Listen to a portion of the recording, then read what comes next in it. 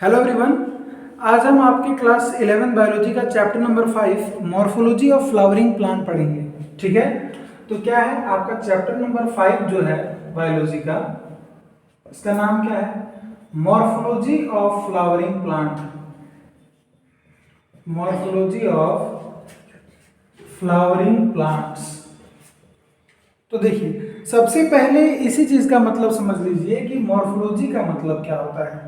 Morphology, तो देखिए morphology का मतलब होता है एक्सटर्नल अपीयरेंस। मॉर्फोलॉजी शब्द का मतलब होता है एक्सटर्नल अपीयरेंस, मतलब कोई भी चीज आपको बाहर से कैसा दिखता है।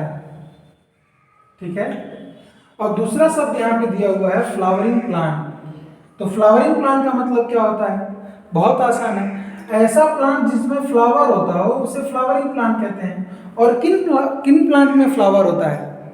आपने पिछले चैप्टर्स में पढ़ा, केवल एंजियोस्पर्म ही ऐसे प्लांट होते हैं जिनमें फ्लावर होता है। तो हमें इस चैप्टर में क्या पढ़ना है? इन्हीं फ्लावरिंग प्लांट यानी एंजियोस्पर्म की मॉर्फोलॉजी पढ़ना है। अब हम क्या समझते हैं मॉर्फोलॉजी में कि इसका एक्सटर्नल अपीयरेंस कैसा है, यानी इसमें क्या रूट कैसा है, लीफ कैसा है, स्टेम कैसा है, फ्लावर कैसा है, फ्रूट कैसा है, यही सब पढ़ते हैं। मॉर्फोलॉजी में हम इन्हीं सब चीज़ों की स्टडी करते हैं कि इनमें जो हमें बाहर से चीज़ें दिख रही हैं उनका स्ट्रक्चर कैसा है। ठीक है ना? तो देखिए, जब भी आप किसी फ्लावरिंग प्लांट को देखते हैं तो आप दो हिस्से में उसको देखते होंगे। उसका एक हिस्सा जो रहता है वो जमीन के नीचे रहता है, वहीं पे एक हिस्सा जमीन के ऊपर रहता है। जमीन के ऊपर क्या क्या हिस्सा रहता है? जमीन के ऊपर ये स्टेम रहता है, स्टेम से ब्रांचेस निकले हुए रहते हैं। इन ब्रांचेस में आपको लीव्स देखने को मिलेंगे, यहाँ पे आपको फ्लावर भी देखने को मिल सकते हैं। ठीक है, और तो ये आपका क्या हो गया? लीफ हो गया। ये आपका क्या हो गया? फ्लावर हो गया। यहीं पे आपको क्या फ्रूट देखने को मिलेंगे। ये मैं मस्टर्ड का फ्रूट बना रहा हूँ, ये क्या है?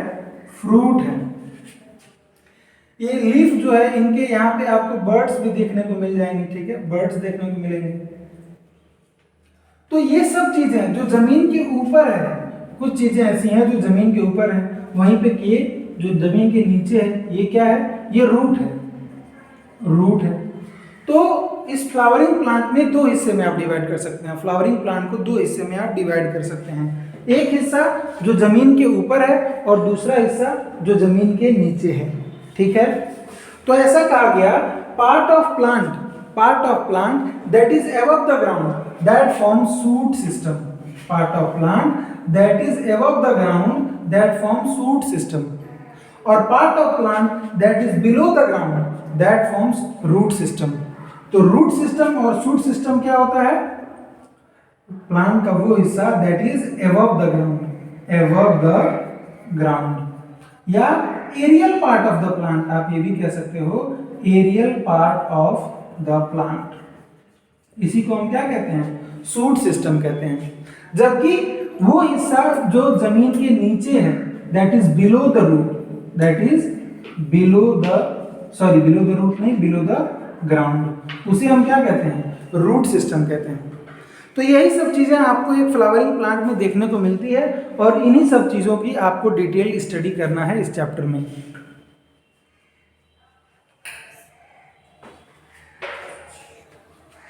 ठीक, इसके आगे का चीज हम लोग देखते हैं।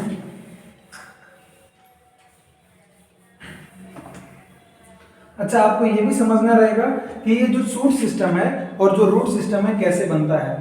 तो कोई भी प्लांट हो अपने एम्ब्रियो से ही तो बनता है। तो एम्ब्रियो में आप जब देखेंगे तो ये डाइकोट का एम्ब्रियो में बना रहा हूँ। यहाँ पे एक चीज होता है, नीचे की तरफ जो सबसे पहला स्ट्रक्चर निकलता है उसको रेडिकल कहते हैं, और ऊपर की तरफ जो स्ट्रक्चर निकलता है इसको प्लीम्यूल कहते हैं। तो ये जो रेडिकल है आगे जाकर आपका रूट सिस्टम बनाता है, और जो प्लीम्यूल है यही आगे जाकर शूट सिस्टम बनाता है। ये बात आपको समझनी है। ठीक है, जो रेडिकल है वो क्या बनाता है? रूट सिस्टम बनाता है, और जो प्लीम्यूल है ये शूट सिस्टम बनाता है। ठीक है, तो इस चैप्टर में सबसे पहले हमें रूट के बारे में दिया हुआ है, तो हम रूट के बारे में अब पढ़ेंगे। तो रूट क्या है? रूट प्लांट का वो हिस्सा है या फ्लावरिंग प्लांट का, हम फ्लावरिंग प्लांट की बात कर रहे हैं, बाकी और भी प्लांट्स में रूट होते हैं, ऐसी बात नहीं है कि जिम्नोस्पर्म में या टेरिडोफाइट्स में रूट नहीं होते हैं, उनमें भी रूट हमें देखने को मिलता है। ठीक है ना। तो देखिए, तो आपका जो सबसे पहला हेडिंग है वो है द रूट। रूट, ठीक है ना। तो रूट क्या है?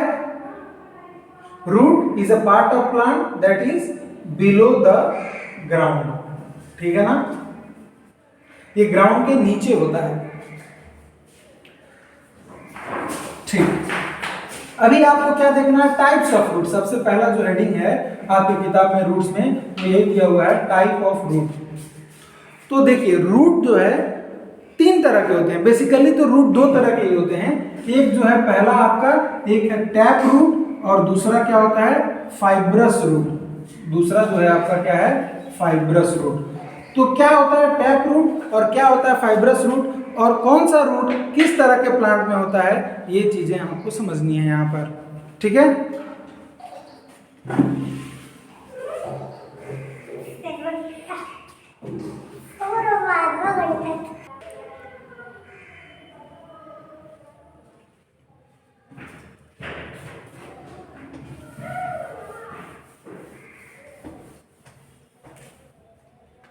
तो देखिए, रूट क्या होता है?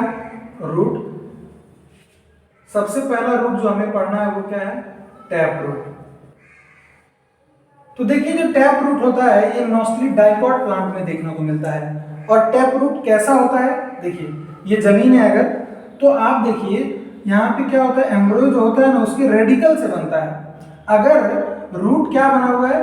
डायरेक्ट इलोंगेशन ऑफ रेडिकल से बना हुआ है। डायरेक्ट इलोंगेशन ऑफ रेडिकल से बना हुआ है, तो ऐसे रूट को हम क्या? टैप रूट कहते हैं। मतलब ये जो रेडिकल था यही इलोंगेट करके क्या? रूट बना दिया। अब अगर इस रूट में, इस टैप रूट में ऐसा भी लिखा गया है, एक रूट जो होता है ये मेन वाला, इसको प्राइमरी रूट कहते हैं, और इसमें इस प्राइमरी रूट के साथ साथ लेटरल रूट भी रहते हैं। जैसे अब ये जो मैं बना रहा हूं, ये क्या हो गया? ये सेकेंडरी रूट हो गया। इसके बाद ऐसे जो बना रहा हूं, ये क्या हो गया? टर्सरी रूट हो गया। तो टैप रूट की ये भी दूसरी खासियत ये होती है कि इसमें प्राइमरी रूट के साथ साथ आपके लेटरल रूट भी रहते हैं। क्या होते हैं? लेटरल रूट होते हैं सेवरल ऑर्डर्स के, जैसे सेकेंडरी, टर्शियरी, ऐसे करके। ठीक है। तो ऐसा रूट जो कि बना हुआ है डायरेक्ट इलोंगेशन ऑफ रेडिकल से, जो कि हमें डाइकॉट प्लांट में देखने को मिलता है, डाइकॉट्स में देखने को मिलता है।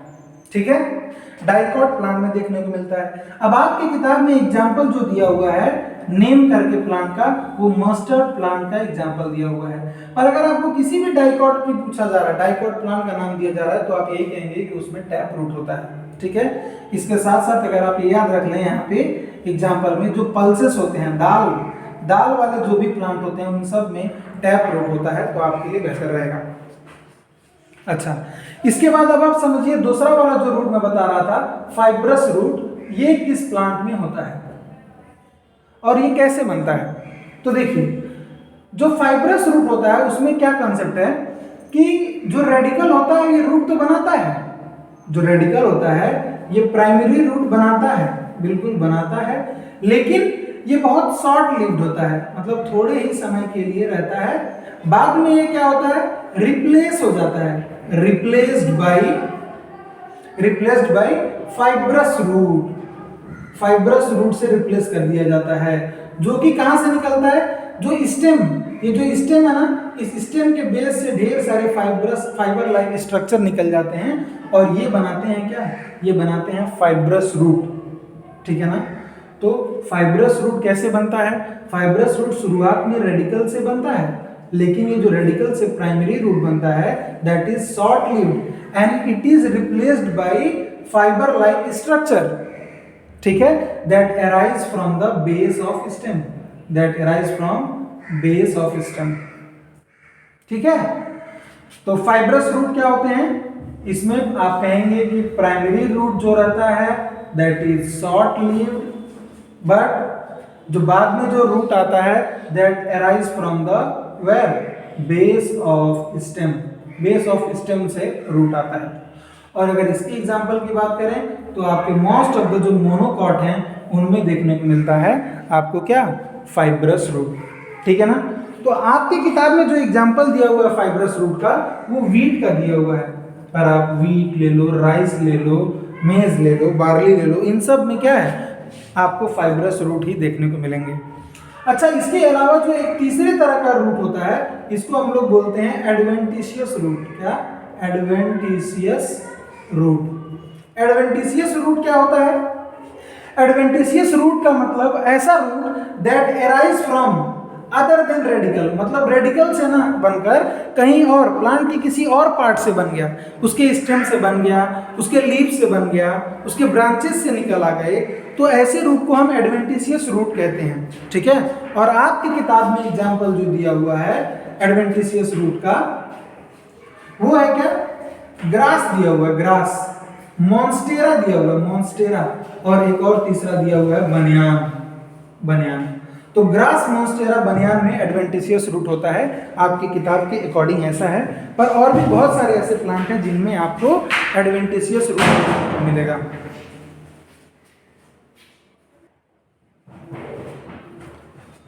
तो अभी आपने क्या समझा कि रूट जो है तीन तरह के होते हैं, एक टैप रूट, दूसरा फाइब्रस रूट और तीसरा एडवेंटिशियस रूट।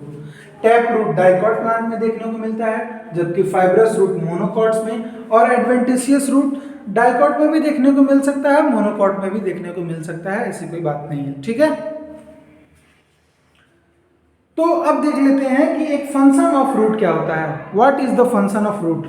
ठीक है।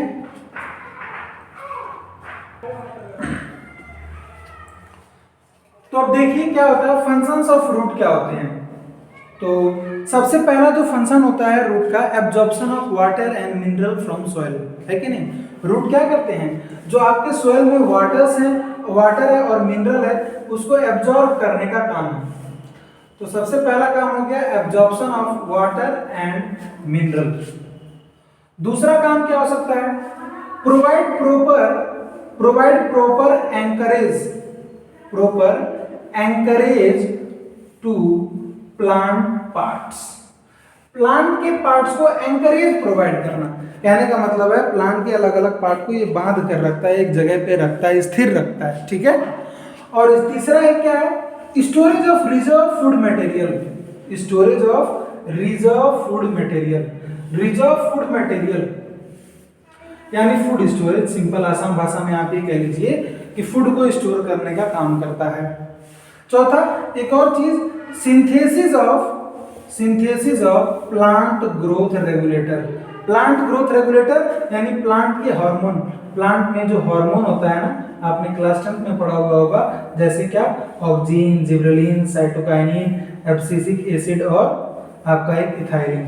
तो ये जो हार्मोन होते हैं ऑक्सीन वगैरह, ये सब कहाँ रूट में सिंथेसिस किया जाता है इन सब चीजों का। ठीक है।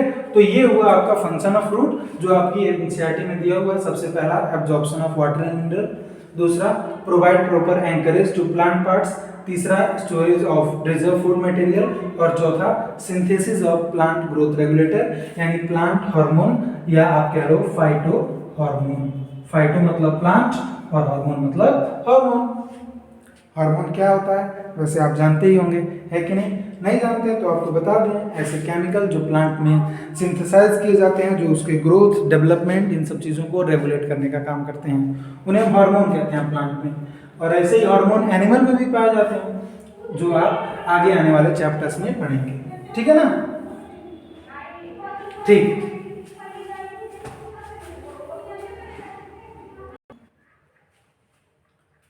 तो देखिए इसके बाद जो नेक्स्ट टॉपिक दिया हुआ है आपकी किताब में वो है रीजन्स ऑफ रूट टिप। मतलब रूट का जो टिप है उसके रीजन्स में, उसमें कौन कौन से रीजन पाए जाते हैं। जैसे ये मार्कर है, इस मार्कर का ये जो टिप है ना, ऐसे ही रूट क्या नीचे की तरफ ग्रो करता है जमीन की तरफ, तो उसका जो टिप होता है उसमें कितने रीजन्स हैं। पूरे रूट की रीजन की बात नहीं हो रही है यहाँ पे, रूट के टिप में कितने रीजन्स हैं, क्या क्या एरिया है, उसी की बात हो रही है। तो देखिए जो रूट, अगर आप रूट यहाँ से देखिए, जमीन है, रूट इधर की तरफ जा रहा है नीचे की तरफ, तो जो सबसे टिप पे आप देखेंगे तो यहाँ पे आपको कुछ ऐसे सेल्स दिखाई देंगे जो मेरिस्टेमेटिक होते हैं। मेरिस्टेमेटिक, जो लगातार डिवाइड कर करके सेल के नंबर को बढ़ाते हैं वहां पे, ठीक है। तो इस रीजन को हम क्या देते हैं, region of meristematic activity, region of meristematic activity.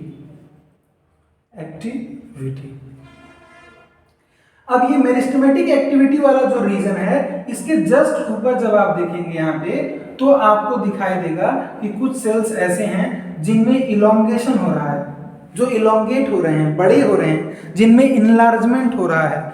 तो इस वजह से यहाँ पे जैसे ये देखिए सेल क्या हो रहा है, बड़े बड़े हो रहे हैं, थोड़े से इनलार्ज हो रहे हैं, इलोंगेट हो रहे हैं।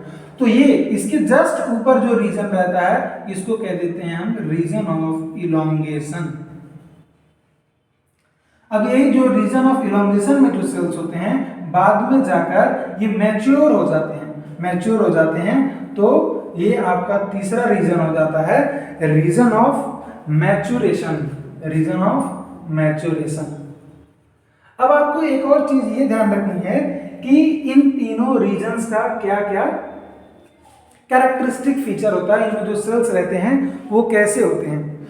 तो मेरिस्टेमेटिक, इसके जस्ट बाद वाला जो चैप्टर है एनाटॉमी ऑफ फ्लावरिंग प्लांट, वहां पर बताया जाता है मेरिस्टेमेटिक सेल क्या होता है, परमानेंट सेल क्या होता है। पर आपने क्लास 9th में थोड़ा बहुत इसके बारे में पढ़ा होगा, आपको आइडिया होगा, मैं कोशिश करता हूं बताने की आपको। देखिए मेरिस्टेमेटिक सेल ऐसे सेल होते हैं जो लगातार डिवाइड करते हैं, जिनके अंदर डिवीजन करने की कैपेसिटी होती है। तो अगर किसी भी सेल को डिवाइड करना है तो उसका सेल वॉल जो है बहुत थिन होना चाहिए ताकि वो आसानी से डिवाइड कर सके, है कि नहीं। तो मेरिस्टेमेटिक एक्टिविटी वाले रीजन में जो सेल्स रहते हैं, इनमें सेल्स क्या होते हैं, थिन वॉल्ड होते हैं, थिन वॉल्ड, उनका वॉल बहुत थिन होता है, पतला होता है। इनका न्यूक्लियस जो होता है एकदम प्रोमिनेंट होता है, अच्छे से दिखाई देता है, प्रोमिनेंट न्यूक्लियस, क्लियर होता है। एंड डेंस प्रोटोप्लाज्म, इनके अंदर जो प्रोटोप्लाज्म का अमाउंट रहता है वो डेंस रहता है। क्यों?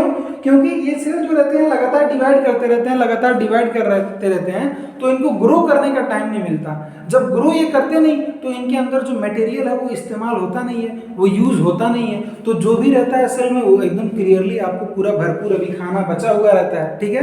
तो ये मेरिस्टेमेटिक एक्टिविटी में जो करवा रहे हैं जो सेल्स, वो क्या होते हैं, थिन वॉल्ड होते हैं, इनका प्रोमिनेंट न्यूक्लियस होता है, डेंस प्रोटोप्लाज्म होता है। और ये सेल क्या करते हैं, रिपीटेडली डिवाइड करते हैं, डिवाइड करते रहते हैं, ठीक है ना। और जस्ट इसके बाद जो सेल्स रहते हैं वो क्या होता है, इन सेल्स की खासियत ये होती है कि उनमें क्या होता है, रैपिड इलोंगेशन होता है, इलोंगेट हो रहे होते हैं। और क्या होता है, इनलार्जमेंट होता है उनके अंदर, इनलार्जमेंट। और इसी की वजह से जो सेल, ये जो रूट है आपका, रूट के टिप का लेंथ इंक्रीज हो जाता है, increase in length of root. तो रूट के लेंथ को इंक्रीज कराने के लिए रेस्पॉन्सिबल होते हैं। अब ये जो रीजन ऑफ इलोंगेशन में जो सेल्स हैं, बाद में यही मैच्योर सेल के फॉर्म में कन्वर्ट हो जाते हैं, ठीक है। और मैच्योर सेल्स, मैच्योरेशन वाला जो रीजन है, यहाँ पे आपको रूट हेयर्स देखने को मिलते हैं, रूट हेयर्स, ठीक है।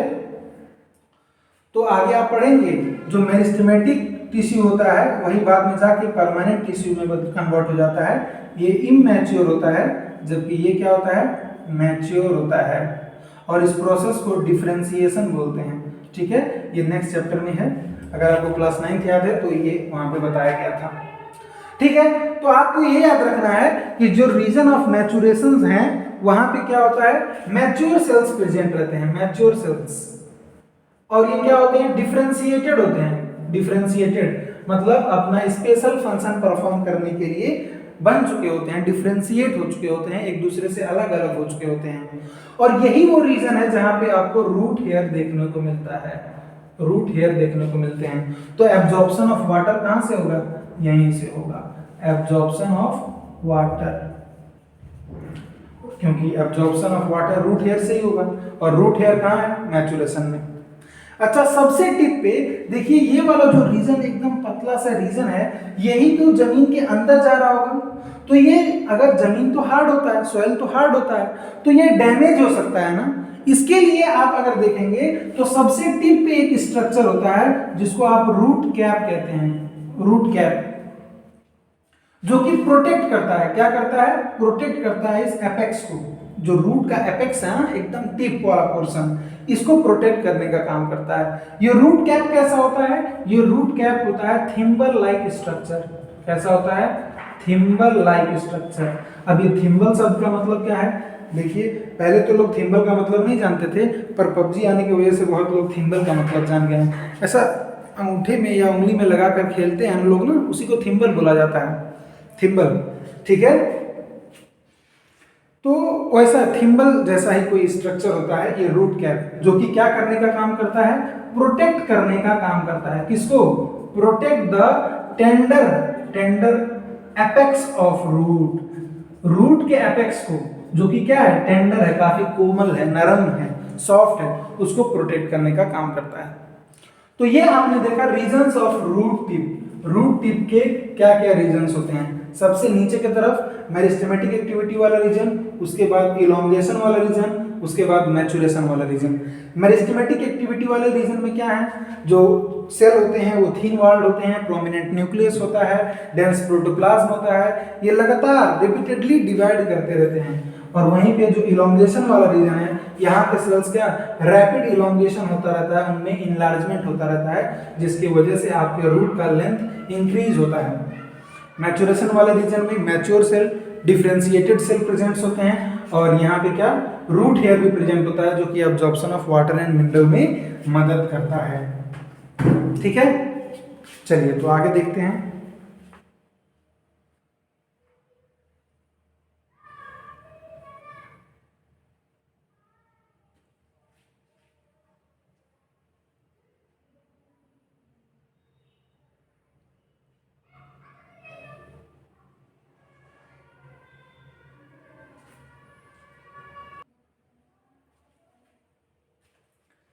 इसके बाद देखिए आपकी किताब में पिछले साल तक एक टॉपिक दिया हुआ था, मॉडिफिकेशन ऑफ रूट, जो कि इस साल हटा दिया गया है, नई वाली बुक में है नहीं, पर फिर भी मैं आपको वो समझा देता हूँ क्योंकि काफ़ी ज़रूरी है वो, और आपने भी अपने डे टू डे लाइफ में उन चीज़ों को ऑब्जर्व किया होगा, तो मैं आपको समझाने की कोशिश करता हूँ। देखिए मॉडिफिकेशन ऑफ रूट मतलब जो रूट, इसका मतलब क्या होता है, जैसे रूट जो नॉर्मली जिसको हम समझते हैं, जैसा रूट देखते हैं, उसके अलावा कुछ अलग तरीके के रूट थोड़े बहुत मॉडिफाई हो जाते हैं, तो वही हम पढ़ते हैं मॉडिफिकेशंस ऑफ रूट में। तो सबसे पहले जो आपको बताया जाता है मॉडिफिकेशंस ऑफ रूट में, तो टैप रूट के मॉडिफिकेशन समझाए जाते हैं। तो टैप रूट के मॉडिफिकेशन, टैप रूट क्या क्या करने के लिए मॉडिफाई होता है, तो टैप रूट जो मॉडिफाई होता है वो कई सारी चीजों के लिए मॉडिफाई होता है। पहला, फूड का स्टोर करने के लिए, फूड स्टोरेज के लिए मॉडिफाई होता है। दूसरा, नाइट्रोजन फिक्सेशन करने के लिए मॉडिफाई होता है, और कई बार जो है रेस्पिरेशन करने के लिए भी मॉडिफाई हो जाता है आपका रूट। ठीक है, तो सबसे पहले समझते हैं modification of tap root for food storage.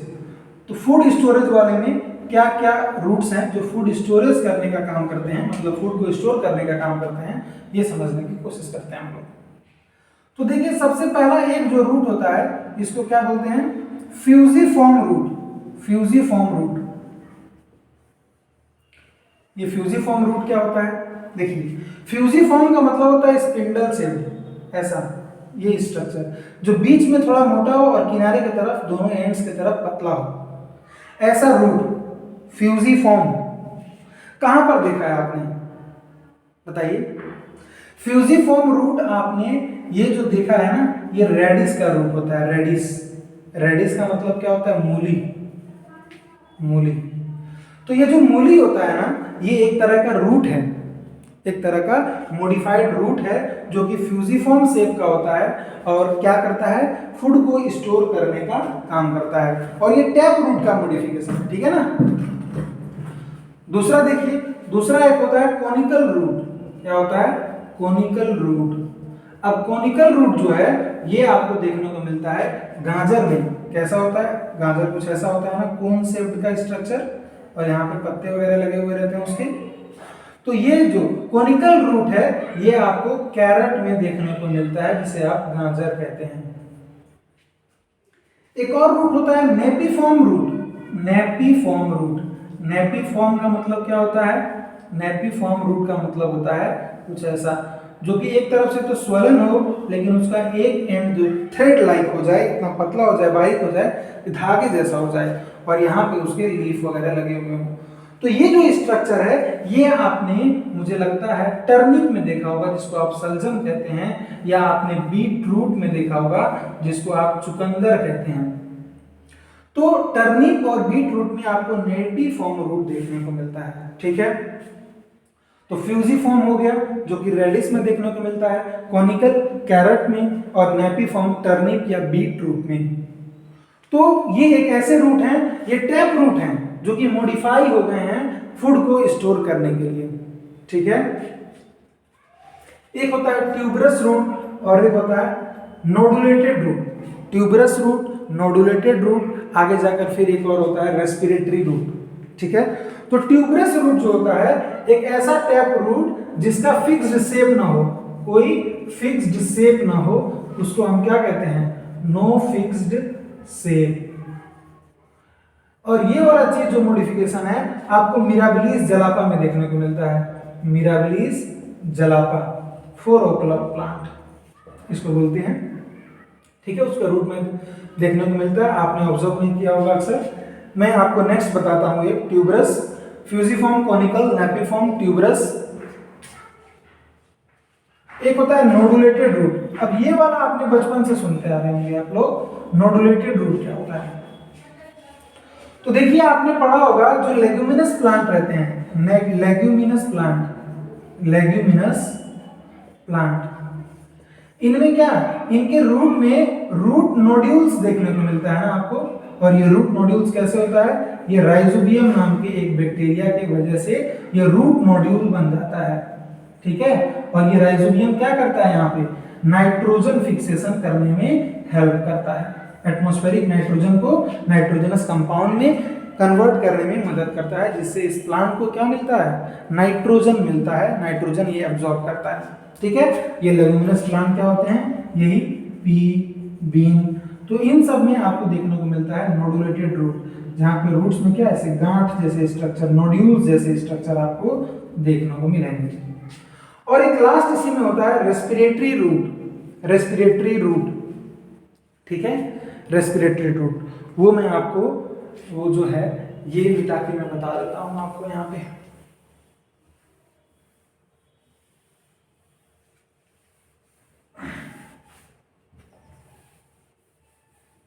देखिए एफ जो है ये क्या है? अच्छा, ये वाला जो चीज था अभी तक यहां तक तो फूड स्टोरेज के लिए था, ये वाला जो चीज है ये नाइट्रोजन फिक्सेशन के लिए हो गया, और रेस्पिरेशन के लिए ये मैं एफ वाला पॉइंट बता रहा हूं जो कि क्या होता है? Respiratory root, respiratory root. ये रेस्पिरेटरी रूट किस में होता है? देखिए आपने एक नाम सुना होगा, मैंग्रोव फॉरेस्ट का नाम सुना होगा, मैंग्रोव फॉरेस्ट। इस मैंग्रोव फॉरेस्ट में क्या होता है? ये मार्सी एरिया होता है, मार्सी मतलब दलदल वाला एरिया होता है, जहाँ पे जमीन अक्सर गीला गीला टाइप रहता है। ठीक है ना, और उस जमीन में क्या होता है? इस जमीन में जो होता है ना, ऑक्सीजन का अमाउंट काफी कम होता है। तो जो रूट होते हैं इनके, इनको ऑक्सीजन कम मिलता है। तो ऑक्सीजन को लेने के लिए, क्योंकि ऑक्सीजन लेंगे तभी रेस्पिरेशन करेंगे, तो ये रूट क्या होते हैं इनके, यहाँ जमीन के ऊपर चले आते हैं। जमीन के ये जो रूट्स होते हैं ना, जमीन के ऊपर चले आते हैं ऑक्सीजन लेने के लिए। ठीक है ना, तो ये इन्हीं रूट्स को रेस्पिरेटरी रूट कहा जाता है। इन रूट्स के ऊपर क्या छोटे छोटे पोर्स होते हैं जिनको हम न्यूमैटोथोड्स कहते हैं। ठीक है, न्यूमैटोथोड्स कहते हैं। उन पोर्स के थ्रू क्या होता है? ऑक्सीजन लिया जाता है रेस्पिरेशन कराने के लिए। ठीक है ना, ये किस में होता है? मैंग्रोव फॉरेस्ट में। मैंग्रोव फॉरेस्ट में प्लांट्स होते हैं जिसको आप राइजोफोरा कहते हैं, राइजोफोरा इसका एग्जाम्पल है, उसमें आपको रेस्पिरेटरी रूट देखने को मिलते हैं। ठीक है, अच्छा यहाँ पे और भी बहुत सारी चीजें होती हैं, जैसे देखिए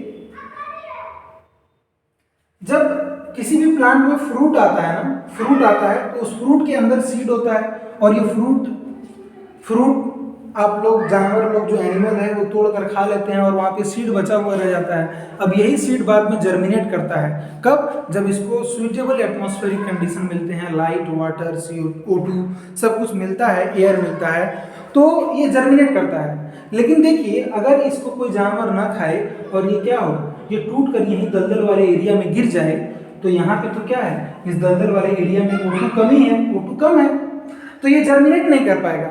इसी वजह से ये जो प्लांट होते हैं ना, इनका जो फ्रूट होता है, उस फ्रूट के अंदर जो सीड है यहीं पे लगे लगे ही प्लांट के ऊपर अटैच्ड रहकर ही जर्मिनेट कर जाता है, तो इसको इन विवो जर्मिनेशन बोलते हैं, या इसको इन सीचू, मतलब जहां पर था वहीं पे जर्मिनेट हो गया, कहीं और जाकर जर्मिनेट नहीं हुआ। ठीक है, तो एक बहुत अच्छा चीज है ये, मतलब अजीब चीज है, एक यूनिक चीज है, या इसी को विविपेरस जर्मिनेशन भी कहते हैं। क्या कहते हैं? Viviparous germination. ठीक है, अच्छा, ये मार्सी एरिया जो होते हैं यहाँ पे साल्टी कंडीशन होता है, तो ये आप ये भी कह सकते हैं ये साल्टी एरिया में पाए जाते हैं। ठीक है, खैर बहुत सारा हमें नहीं जानना, हमें केवल इतना जानना है, राइजोफोरा में, राइजोफोरा जो प्लांट है वहां पे रूट्स क्या होते हैं, ऊपर की तरफ, जमीन के ऊपर चले आते हैं, ऊपर की तरफ, तो इनको रेस्पिरेटरी रूट कहते हैं, रेस्पिरेशन के लिए आते हैं, ये एक तरह के टैप रूट के मॉडिफिकेशन है। ठीक है ना। अच्छा, यहीं पे अगर आपको बताना चाहें तो देखिए आपने पढ़ा होगा जो रूट होता है, वो रूट क्या होता है, रूट नेगेटिवली फोटोट्रॉपिक होता है, मतलब लाइट के अवे जाता है ना, लाइट कहाँ ऊपर और रूट कहाँ जा रहा है, जमीन के नीचे, तो रूट क्या हुआ, नेगेटिवली फोटोट्रॉपिक हुआ, और जमीन की तरफ जा रहा है ना तो पॉजिटिवली जियोट्रॉपिक होता है रूट क्या होता है, पॉजिटिवली जियोट्रॉपिक, और जमीन नहीं पानी है, पानी के तरफ जा रहा है यानी पॉजिटिवली हाइड्रोट्रॉपिक होता है, आप ये भी कह सकते हो। ठीक है,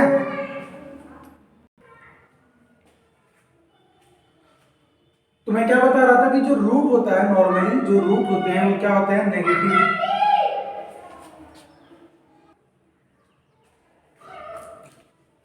तो जो रूट होते हैं वो नॉर्मली क्या, नेगेटिवली फोटोट्रॉपिक, पॉजिटिवली जियोट्रॉपिक और पॉजिटिवली हाइड्रोट्रॉपिक होते हैं। पर ये जो रेस्पिरेटरी रूट है उसके लिए यहाँ पे चीजें उल्टा हो जाती हैं। ये क्या हो गया, लाइट की तरफ जा रहा है ना ये वाला रूट, तो ये क्या हो गया, पॉजिटिवली फोटोट्रॉपिक हो गया, और जमीन से ऊपर जा रहा है यानी नेगेटिवली जियोट्रॉपिक हो गया, और वाटर से भी आगे जा रहा है यानी ये नेगेटिवली हाइड्रोट्रॉपिक भी हो गया। ठीक है, तो रेस्पिरेटरी रूट के बारे में ये एक्स्ट्रा चीजें थी जो मैंने बता दिया। ठीक है, अगर आप ध्यान रख सकते हो तो बहुत अच्छी बात है, नहीं तो इस साल तो किताब में दिया भी नहीं है कि नहीं, और आगे के लिए अभी हमारे पास कोई ऐसा कंफर्म बातें है कि नहीं, कुछ अभी ये एग्जाम में, हमारे आने वाले एग्जाम में आएगा या नहीं, ऐसा कुछ कंफर्म भी नहीं है। ठीक है, चलिए, तो ये था मॉडिफिकेशन ऑफ टैप रूट। इसके बाद हम बात करते हैं मॉडिफिकेशन ऑफ एडवेंटिशियस रूट। तो एडवेंटिशियस रूट के मॉडिफिकेशन किस किस चीज के लिए होते हैं, क्या करने के लिए होते हैं, ये हमें जानना है। ठीक है, तो एडवेंटिशियस रूट के मॉडिफिकेशन, क्या modifications of adventitious root, adventitious root क्या करने के लिए होता है। देखिए, सबसे पहला तो एक होता है एडवेंटिशियस रूट का मॉडिफिकेशन, जो आप कह सकते हो ट्यूबरस रूट, स्टोरेज के लिए, स्टोरेज के लिए ही एक होता है, क्या, ट्यूबरस रूट। किसमें होता है ट्यूबरस रूट, किसमें होता है, तो आप देखिए जो स्वीट पोटैटो है आपका, स्वीट पोटैटो गंजी, ये क्या है, एक तरह का रूट ही है, और कैसा रूट है, एडवेंटिशियस रूट का मॉडिफिकेशन है, जिसका फिक्स शेप नहीं होता है, इसके वजह से हम क्या है, इसको ट्यूबरस रूट कहते हैं। क्या करता है ये, फूड स्टोर करता है। ठीक है, दूसरा एक होता है आप सपोर्ट के लिए, सपोर्ट के लिए क्या क्या होता है, जैसा आप देखिए जो एक है स्टिल्ट रूट होता है, स्टिल्ट रूट, स्टिल्ट रूट आपको मेज और शुगर केन में देखने को मिलता है, मेज एंड शुगर केन में। आपने शुगर केन का पौधा ऐसे देखा होगा, इसमें स्टेम होते हैं और जगह जगह पे नोड होता है, और इन नोड से क्या ऐसे लीफ निकले हुए रहते हैं, और मेज में भी कुछ ऐसी ही चीजें होती हैं। तो ये जो लोअर मोस्ट नोड रहता है इनका, जो लोअर मोस्ट नोड रहता है, यहाँ से क्या निकले हुए रहते हैं, ऐसे रूट जैसे स्ट्रक्चर रहते हैं, जैसे रूट निकले हुए रहते हैं, इन्हीं को हम स्टिल्ट रूट कहते हैं। और ये क्या करता है, इस शुगर केन के स्टेम को, ठीक है, सपोर्ट प्रोवाइड करता है। ऐसे ही मेज में भी होता है। तो ये स्टिल्ट रूट हो गया सपोर्ट प्रोवाइड करने के लिए। ऐसा ही सपोर्ट प्रोवाइड करने के लिए एक और रूट होता है जिसको प्रॉप रूट कहते हैं, प्रॉप रूट। और ये किस में होता है, बरगद में, बनियान में। ऐसे जो ब्रांचेस होते हैं ना, यहाँ से रूट निकल रहा होता है, जिनको हम हैंगिंग रूट भी कहते हैं। क्या कहते हैं, हैंगिंग रूट। इसमें होता है, बनियान में होता है, बरगद में होता है। तो ये एक दूसरे तरह का सपोर्ट करने वाला रूट हो गया, एडवेंटिशियस रूट।